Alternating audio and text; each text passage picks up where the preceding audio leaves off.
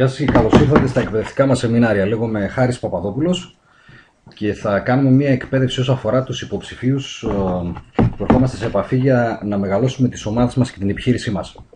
Θα ξεκινήσουμε με το πώς προσελκύουμε υποψηφίους από την κρύα αγορά. Θα ήταν καλό να δοκιμάσετε μια συγκεκριμένη γλώσσα όταν επικοινωνείτε με ανθρώπους από την κρύα αγορά. Σε ανθρώπους δηλαδή που δεν τους γνωρίζετε, αλλά έτυχε να σας συστήσουν και έτυχε κάπου έξω να τους γνωρίσετε. Θα κάνω έτσι μια κουβέντα, ένα role playing, για να δείτε λίγο πώς μπορείτε να ξεκινήσετε μια κουβέντα. Ξεκινάμε και ρωτάμε στον υποψήφιο πόσο καιρό κάνεις τη δουλειά που κάνεις τώρα, και περιμένουμε μια απάντηση. Δεύτερη ερώτηση, βάζω στοίχημα ότι κερδίζεις όλα τα χρήματα που θα ήθελες να κερδίσεις. Έτσι δεν είναι? Δηλαδή είσαι ικανοποιημένος από τα χρήματα που κερδίζεις από τη δουλειά σου? Μελέτες δείχνουν ότι το 90% των ανθρώπων νομίζουν ότι θα έπρεπε να αμείβονται πολύ περισσότερο για αυτό που κάνουν. Ίσως να φαίνεται λίγο επιθετικό αυτό, εξαρτάται βέβαια τις συγκυρίες και τον άνθρωπο που έχετε απέναντί σας, με τον τρόπο που μπορείτε να του ρωτήσετε κάτι τέτοιο, έτσι.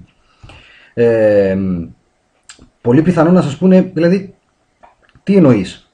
Θα εκφράσουν δηλαδή κάποια συναισθήματα δυσαρέσκειας. Σου λέει γιατί με ρωτάει κάτι τέτοιο.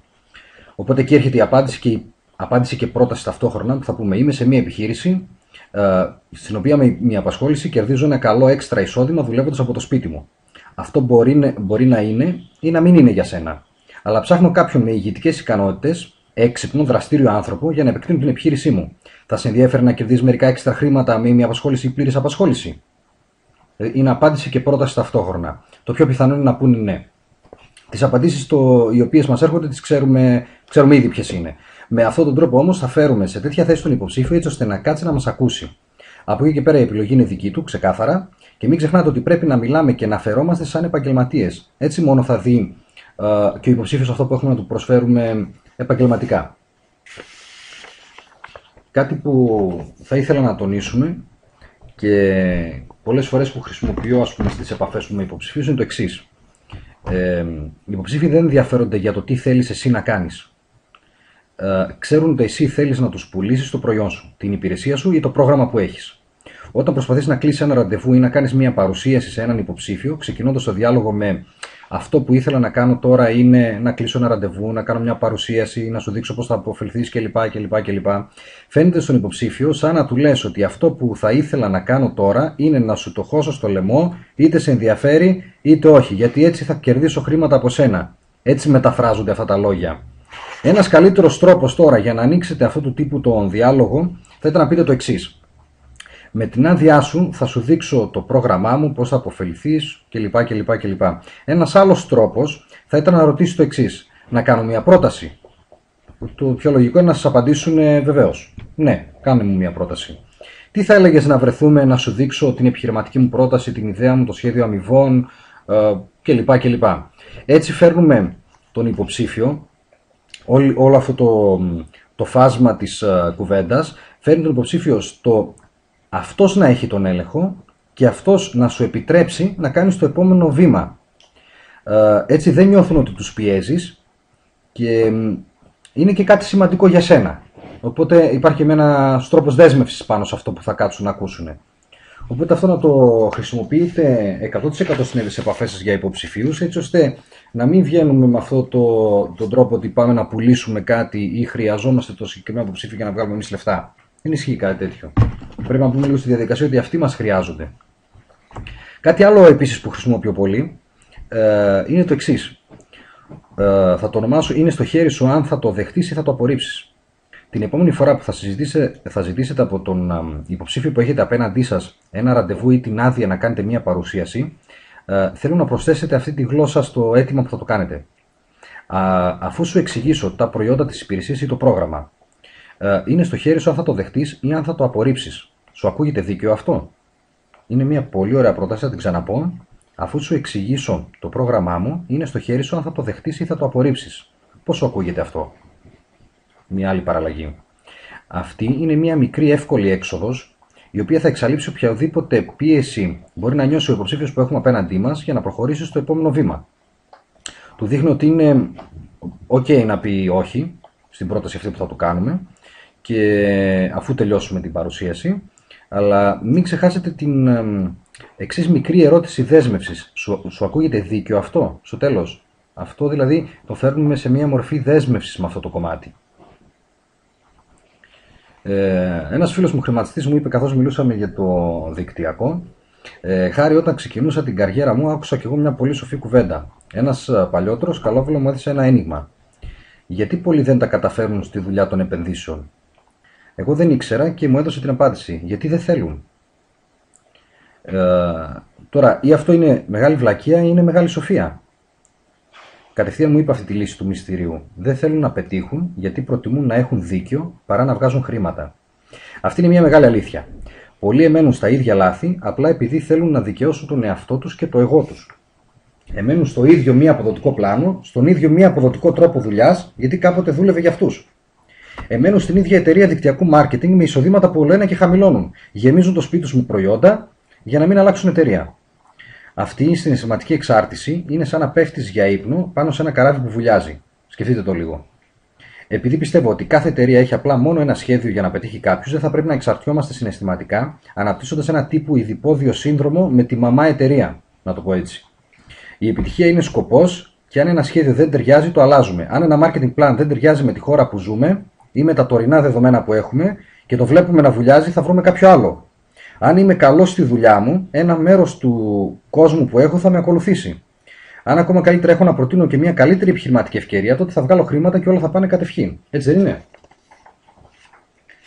Θα βοηθάτε τους ανθρώπους και θα τους κάνετε να προκριθούν. Τι εννοώ με αυτό? Αν ήσασταν, παίρνουμε μια υπόθεση, αν ήσασταν ο πιο πετυχημένος δικτυωτής στον κόσμο και προσπαθούσατε να πείσετε άτομα για να έρθουν στην επιχείρησή σας, θα επενούσατε και θα μεγαλοποιούσατε τα προϊόντα σας, την εταιρεία σας, θα λέγατε πόσο υπέροχη είναι η επιχείρηση και σε οποιοδήποτε καημένο σας άκουγε, έτσι δεν είναι? Λοιπόν, φυσικά δεν θα το κάνατε αυτό. Δεν θα είχατε το χρόνο ή την ενέργεια να κάνετε κάτι τέτοιο. Αν ήσασταν το πιο πετυχημένο άτομο στο δικτυακό marketing, θα ήσασταν πολύ προσεκτικοί για το πώς θα ξοδεύετε το χρόνο σας.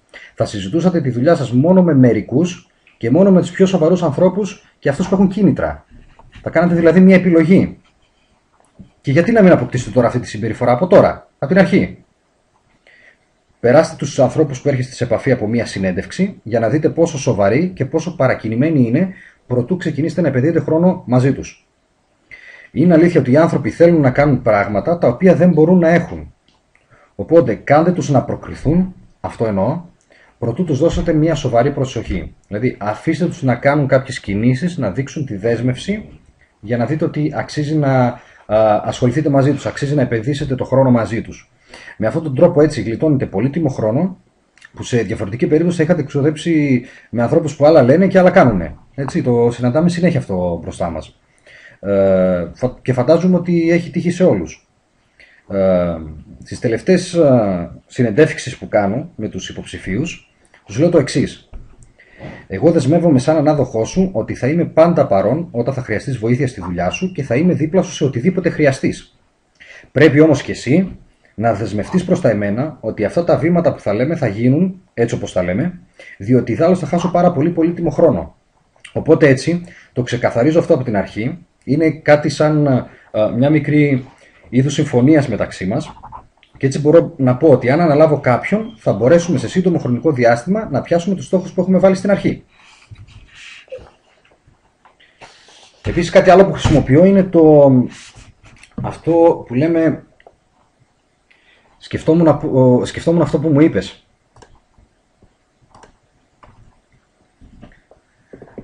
Λοιπόν, πολλές φορές ξέρω και γνωρίζω, αντιλαμβάνομαι ότι δηλιάζετε να σηκώσετε αυτό το βαρύ το τηλέφωνο και να κάνετε τηλεφωνήματα σε υποψηφίους. Θα σας δείξω έναν τρόπο για να κάνετε το τηλέφωνο λίγο πιο ελαφρύ. Θα ήθελα να κάνετε τηλεφωνήματα μη ανέβρεση υποψηφίων από την προσωπική λίστα που έχετε είτε από τις επαφές που σας δίνονται. Κάντε μια απλή συζήτηση. Είναι άνθρωποι τους οποίους προφανώς γνωρίζετε. Κάντε μια απλή συζήτηση χωρίς να αναφέρετε για την επιχείρηση, για τα προϊόντα, για οτιδήποτε αφορά τη δουλειά μας. Δημιουργήστε δηλαδή μια συζήτηση ρωτώντας για τον υποψήφιο, για πράγματα για τον εαυτό του. Κάντε ερωτήσεις σχετικά με την οικογένεια, τα χρήματα, την εργασία ή τον δημιουργικό χρόνο που τον ξοδεύουν. Με άλλα λόγια, κάντε αυτή τη συζήτηση σαν ένα απλό φιλικό τηλεφώνημα, εστιάζοντας σε θέματα γύρω από αυτόν, γύρω από τον υποψήφιο που έχουμε απέναντί μας. Τώρα, μερικές μέρες αργότερα, μπορούμε να ξαναπάρουμε τηλέφωνο το ίδιο άτομο και να ξεκινήσουμε λέγοντας το εξής. Σκεφτόμουν αυτό που μου είπες την προηγούμενη φορά που μιλήσαμε. Είπες ότι επαναλαμβάνουμε αυτό που είπε και με το τι ευχάριστα πράγματα θέλουμε κτλ. Έτσι δεν είναι? Θα σου πει αυτός ναι. Λοιπόν, ασχολούμαι με κάτι το οποίο με έχει βοηθήσει και ίσως να είναι και για σένα καλό και μπορεί να είναι η απάντηση σε κάποια πράγματα από αυτά που θέλεις και από τις ανάγκες που έχεις. Έχεις ένα λεπτό να σου πω γι' αυτό? Οπότε ανοίγουμε έτσι την κουβέντα και ο υποψήφιος μας θα κάτσει να μας ακούσει γιατί είναι αυτό που λέμε. Γιατί του το έχουμε φέρει έτσι ώστε είναι μία λύση για το συγκεκριμένο πρόβλημα, για τη δικιά του την κατάσταση. Του το έχουμε φέρει έτοιμο στο πιάτο να κάτσει να τα ακούσει. Αυτό θα σας δώσει τη δυνατότητα έτσι να κλείσετε ραντεβού για να κάνετε την παρουσίαση χωρίς να ακούγεστε πιεστικός ή επιθετικός ή ότι προσπαθείτε να πουλήσετε κάτι προς τον άλλον. Και επίσης πολύ εύκολο και αυτό που κάνω πάντα για να εξαλείψω ακυρώσεις σε ραντεβού που μπορεί να έχω, κάνω το εξής. Πρωτού πάω σε μια παρουσίαση ένα προς έναν, τον καλούμε, τον καλώ και επιβεβαιώνω το ραντεβού χρησιμοποιώντας τα εξής συγκεκριμένα λόγια. Γεια σας κύριε Χρήστο, για παράδειγμα, είμαι ο Χάρης. Έχω δουλέψει πολύ για την προετοιμασία της συνάντησής μας σήμερα το απόγευμα και τηλεφωνώ για να σας ενημερώσω ότι θα είμαι εκεί στις 7 το απόγευμα, ας πούμε, όπως είχαμε συμφωνήσει. Απλά θέλω να βεβαιωθώ ότι έχω τις σωστές οδηγίες και διαβάζουμε τις οδηγίες για το ραντεβού που έχουμε κλείσει.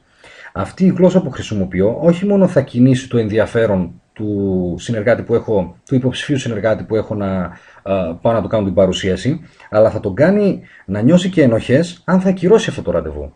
Οπότε είναι ένα πολύ μικρό πραγματάκι το οποίο μας δίνει τεράστια όθηση στο να μην έχουμε ακυρώσει τα ραντεβού που κλείνουμε, έτσι. Δεσμεύουμε πάνω τον άλλο. Κάτι που μου αρέσει πάρα πολύ και το χρησιμοποιώ είναι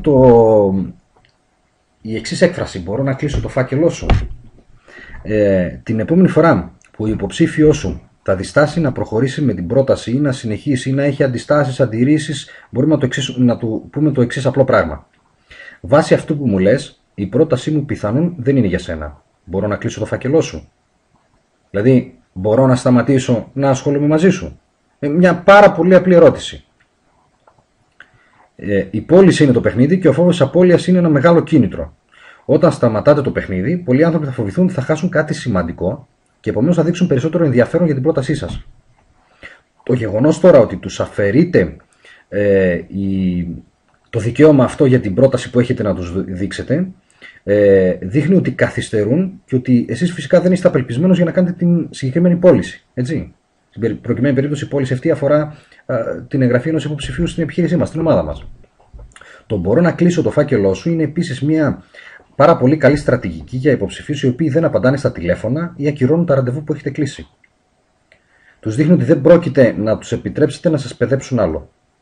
Είτε σας πούν ναι, είτε σας πούν όχι, δεν έχετε κανένα πρόβλημα, αλλά είναι ώρα να πάρουν μια απόφαση. Την απόφαση πρέπει να την πάρουν για τον εαυτό τους, όχι για σας.